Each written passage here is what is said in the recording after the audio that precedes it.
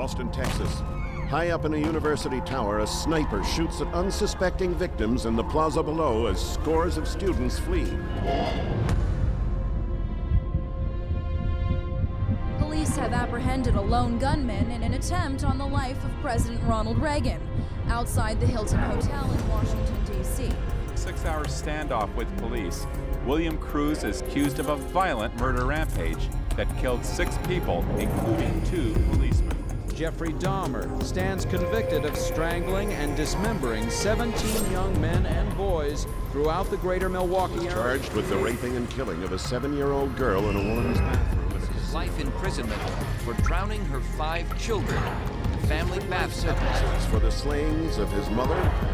The bludgeoning death of her 2 young sons. At his place of work. Custody for the stabbing death of his daughter. Less than 3 months before the murder.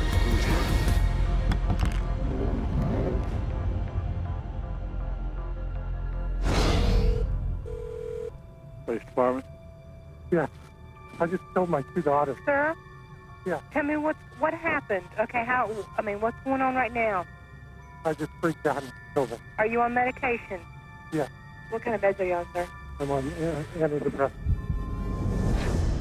I have to say, whenever I read in the newspaper of some violent act, one of the first questions I ask is, was the person on medications? Virginia Tech or the school shootings or the, my first thought is always, I wonder what drug he was taking. There are side effects to the use of drugs and also very damaging and dangerous long-term effects, which psychiatrists often don't consider as being important. They induce violence.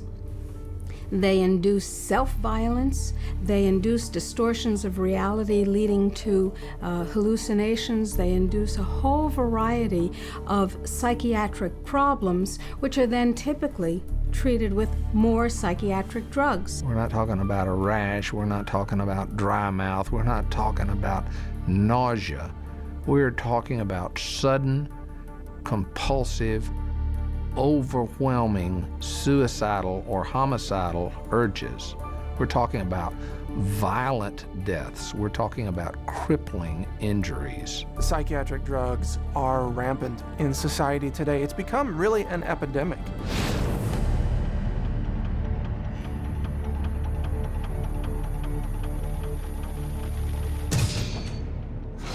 The first drug that they put him on, I did not like it. He had very bad reaction. He became a completely different person. He was very, as you would say, aggressive. He became obsessive compulsive, paranoid about bad guys, afraid of dying.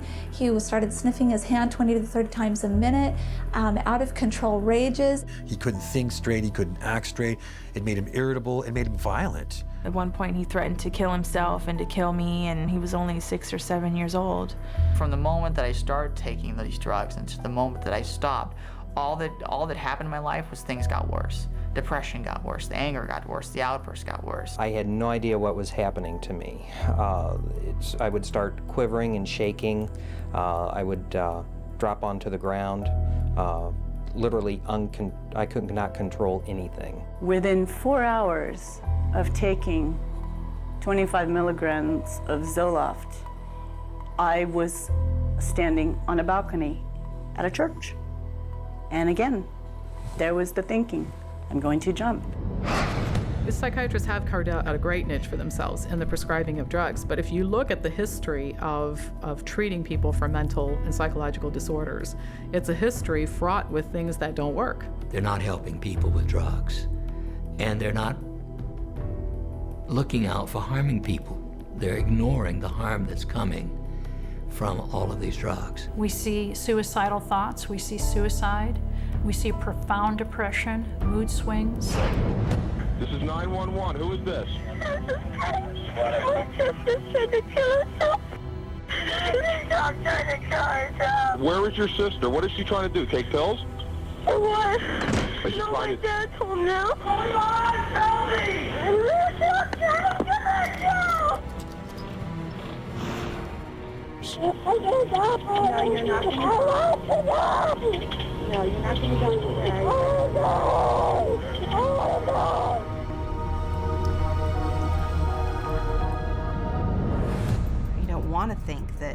that a drug could affect someone's behavior in that way, but it does. It happens all the time. Suicide is just one in a long list of possible side effects of the medications that the doctors will seldom link to the medication, but instead blame it on the patient. What's the cause of death going to be written?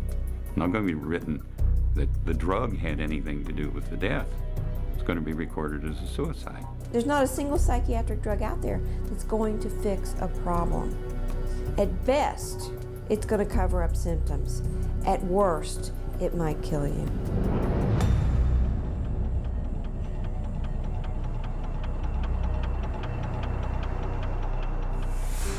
She went to get the laundry, his laundry, which hangs from a hook in Matt's closet. And instead of finding the laundry, she found her son. By the time he died, he was really mutilating himself. He carved hate into his thigh. He had gone into his closet that night, tied a rope around his closet rod, put it around his neck, shut the light off, knelt down. I ran back to him and I touched his back and I says, "No, honey, he's cold, he's gone." I'm as certain as I can be that Celexa killed my daughter. I will always blame my son's death on psychiatric drugs.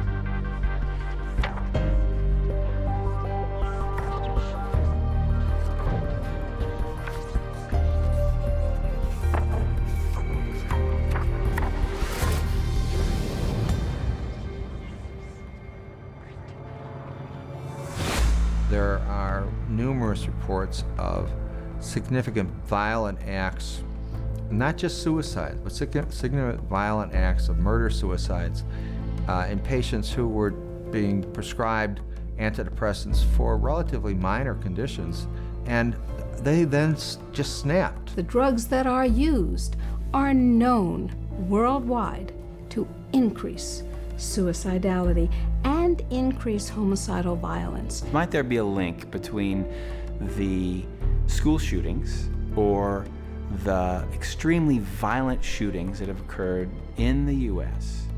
and the prescription of certain psychotropic medications?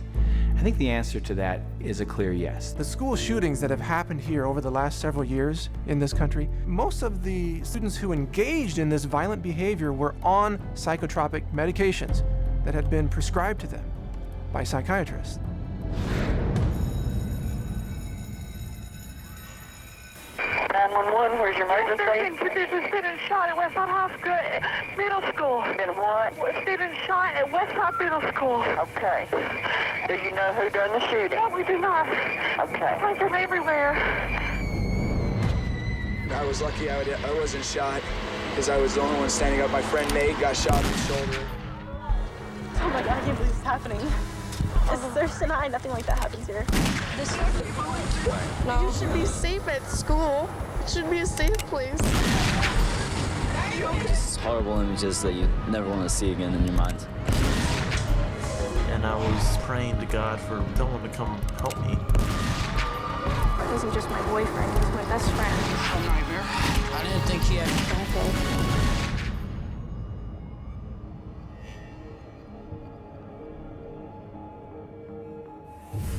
Whenever a school shooter is taking a drug, it is, you know, the press don't get the information. If they ask about it, they're told this is private information. So the public is kept in the dark about the drugging of these kids that leads to this violence. You have to ask yourself, how much help can these drugs be to somebody if they start experiencing these side effects of extreme anxiety, a desire to kill themselves, desire to kill others? What kind of help is that for the person? Did you see these kinds of incidences in the 1960s or pre-1960? Was anybody shooting up their classrooms? There were guns. We didn't have as many gun control laws then as we do now. No, we didn't. So what's different? The psychotropic drugs, that's what's different.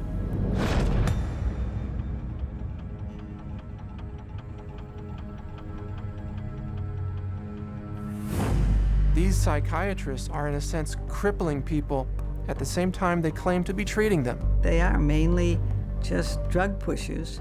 You go on this drug, if it doesn't help you can try this one, and if that doesn't work, you can try this one. This is one incredible money-generating machine when this is your approach to treating people. It's about making money.